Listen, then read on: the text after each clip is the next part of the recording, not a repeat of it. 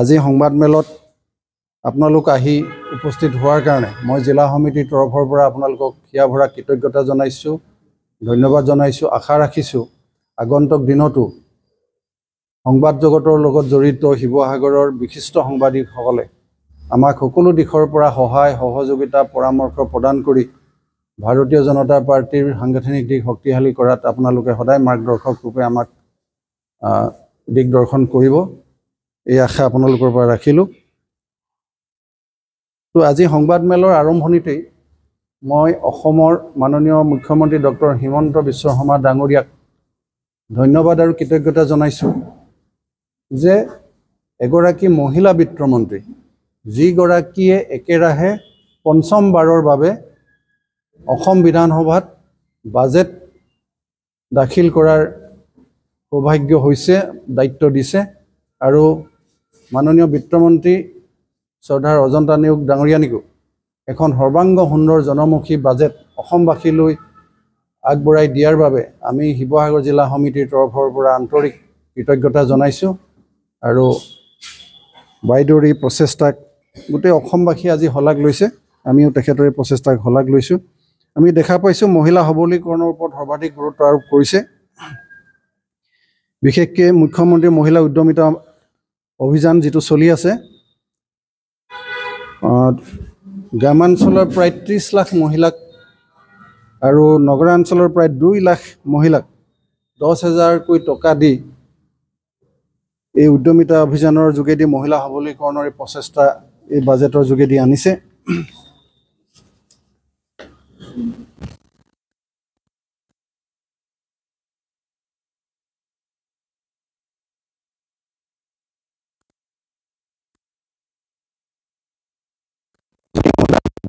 পৰিকল্পনা ৰাখিছে বাজেটত,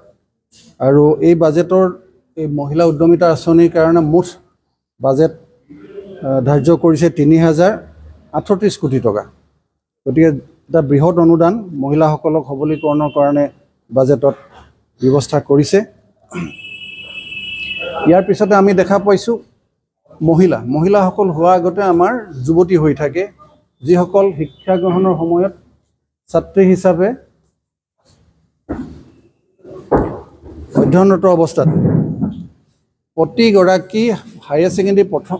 ফাৰ্ষ্ট ইয়েৰত পঢ়ি থকা কন্যাক ছাত্ৰীক মাহে 1,000কৈ 10 মাহত 10,000 টকা, যিখিনি ছোৱালীয়ে ডিগ্ৰী ফাৰ্ষ্ট ইয়েৰ পঢ়ি আছে তেওঁলোকক 1,250 টকা, যিবিলাক ছাত্ৰীয়ে ইউনিভাৰ্চিটিত প্ৰথম বৰ্ষত গৈছে, BEdৰ প্ৰথম বৰ্ষত নামভৰ্তি কৰিছে, তেওঁলোকক মাহে 2,500 টকাকৈ দিয়াৰ এই ব্যৱস্থা নিযুত মইনা আঁচনিৰ যোগেদি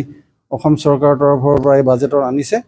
আৰু ইয়াৰ পৰা সৰ্বমুঠ প্ৰায় 1,08 লাখ ছাত্ৰী আগন্তুক দিনত ইয়াৰ দ্বাৰা উৎসাহিত হ'ব, উদগনি পাব। আৰু এই শিতানত বাজেটত আমি দেখা পাইছোঁ প্ৰায় 4.3 লাখ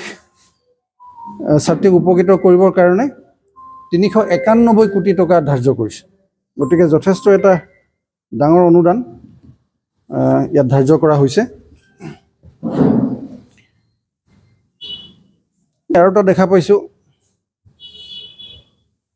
মুখ্যমন্ত্ৰী জীৱন প্ৰেৰণা আঁচনি। ইয়াত যিসকল যুৱতী ছাত্ৰ ছাত্ৰী গ্ৰেজুৱেশ্যন কৰাৰ পিছত তেখেতলোকে যেতিয়াই গ্ৰেজুৱেশ্যন সম্পূৰ্ণ হয় তাৰপিছত চাকৰিৰ সন্ধান কৰে, গতিকে সেই চাকৰি সন্ধানকাৰী সেই শিক্ষিত গ্ৰেজুৱেট ল'ৰা ছোৱালীখিনি এবছৰৰ কাৰণে চৰকাৰে আৰু প্ৰত্যেককে 25,000 টকাকৈ এবছৰৰ কাৰণে চৰকাৰীভাৱে সাহায্য দিব, যাতে তেওঁলোকে সেই এবছৰতে তেওঁলোকে আত্মসংস্থাপনৰ কাৰণে বা চাকৰিৰ ক্ষেত্ৰত যাতে তেওঁলোকে সহায় হয়, এই ব্যৱস্থা এই বাজেটৰ যোগেদি আনিছে। লগতে ইউনিভাৰ্চিটিৰ যিবোৰ গৱেষক শিক্ষাৰ্থী, ৰিচাৰ্চ যিবোৰ স্কলাৰ, তেওঁলোকক মাহে বছৰেকত 25,000 টকা, তেখেতলোককো সেই গৱেষক ছাত্ৰ ছাত্ৰীসকলক 25,000 টকাকৈ চৰকাৰৰ ফালৰ পৰা দিবলৈ সিদ্ধান্ত লৈছে। আৰু যিখিনি আৰ্থিকভাৱে সক্ষম, সেই আৰ্থিকভাৱে সক্ষম ছাত্ৰ ছাত্ৰীসকলৰ কথাও চিন্তা কৰি এই বাজেটত বছৰেকত 50,000 টকা তেওঁলোকক সহায় কৰিবৰ কাৰণে প্ৰভিজন ৰাখিছে আৰু ইয়াৰ কাৰণে মুঠ প্ৰয়োজন হৈছে 25 কোটি টকা আৰু এই 25 কোটি টকা চৰকাৰে এই বাজেটত ধাৰ্য কৰিছে আমি নিশ্চিত যে এই জীৱন প্ৰেৰণা আঁচনিৰ যোগেদি আমাৰ শিক্ষিত যুৱক যুৱতীসকল ইউনিভাৰ্চিটিৰ ৰিচাৰ্চ স্কলাৰসকল আৰু আমাৰ বিশেষভাৱে সক্ষম ছাত্ৰ ছাত্ৰীসকল যথেষ্ট পৰিমাণে উপকৃত হ'ব পৰৱৰ্তী পৰ্যায়ত আমি আৰু দেখিছোঁ CM আত্মনিৰ্ভৰ অসম আঁচনি CM মুখ্যমন্ত্ৰী আত্মনিৰ্ভৰ অসম আঁচনিৰ যোগেদি আমাৰ 2 লাখ টকাকৈ নিবনুৱা যুৱক যুৱতীক দি সহায় কৰাৰ ব্যৱস্থা কৰিছে আৰু যিসকলে বৃত্তিগত ডিগ্ৰী যিসকল যুৱক যুৱতীয়ে লৈছে তেখেতলোকক 5 লাখ টকালৈকে দিয়াৰ প্ৰভিজন ৰাখিছে 5 লাখ আৰু এই টোটেল যি ধনৰাশি হ'ব তাৰ 4% বিশেষভাৱে সক্ষম যুৱক যুৱতীৰ কাৰণে সংৰক্ষিত কৰি ৰাখিছে আৰু সৰ্বমুঠ বাজেট প্ৰভিজন হৈছে 773 কোটি টকা গতিকে এটা বৃহৎ ধনৰাশি এই যুৱক যুৱতীসকলক সহায় কৰিবৰ কাৰণে অনুদান হিচাপে বাজেটত আনিছে আৰু আমি এটা কথা দেখিছিলোঁ যে আমাৰ চৰকাৰ দ্বিতীয়বাৰ অসমত বিজেপি চৰকাৰ গঠন হোৱাৰ লগে লগে নিৰ্বাচনৰ সময়ত আমাৰ ঘোষণা কৰা হৈছিল যে 1 লাখ যুৱক যুৱতীক নিবনুৱা যুৱক যুৱতীক চাকৰি দিয়া হ'ব সংস্থাপন দিয়া হ'ব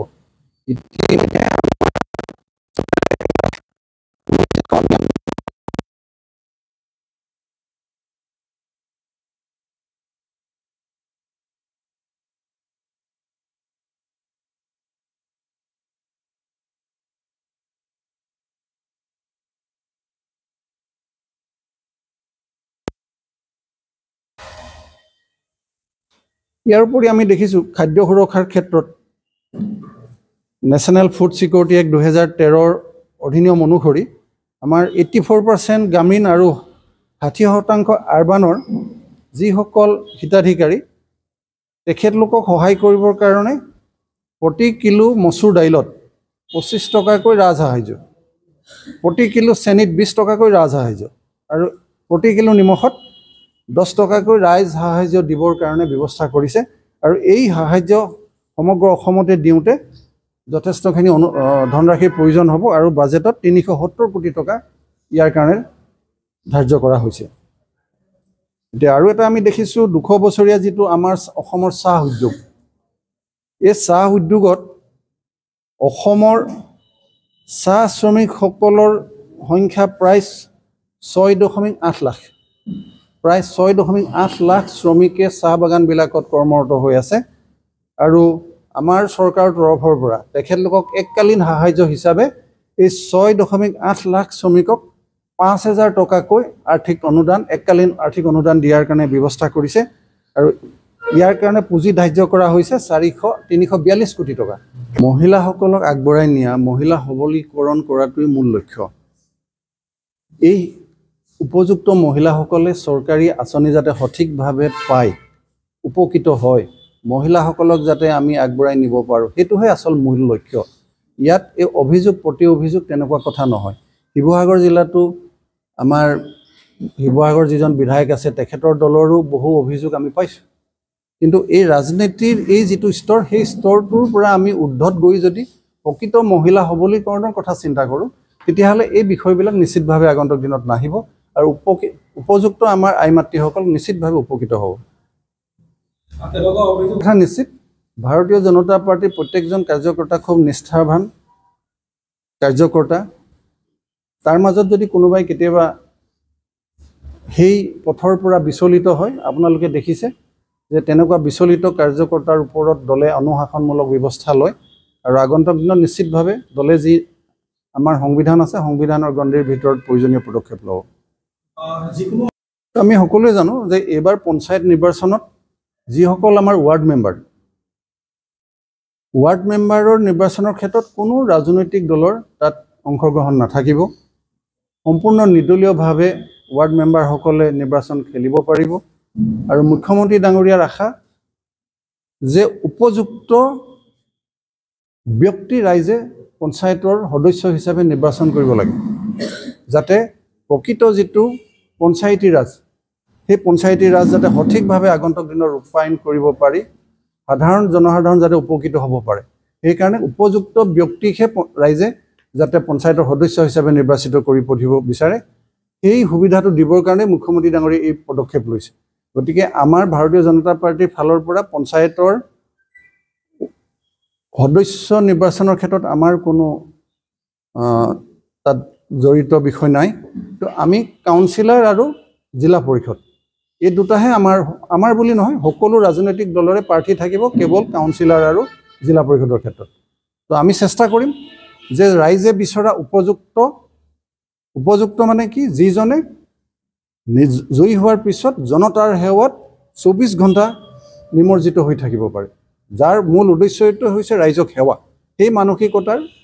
প্ৰাৰ্থীক আমি ৰাইজৰ বাবে আগবঢ়াই দিবলৈ চেষ্টা কৰিম আৰু আমি নিশ্চিত শিৱসাগৰবাসী ৰাইজে আমাৰ সিদ্ধান্তক আঁকোৱালি ল'ব আমাক আশীৰ্বাদ দিব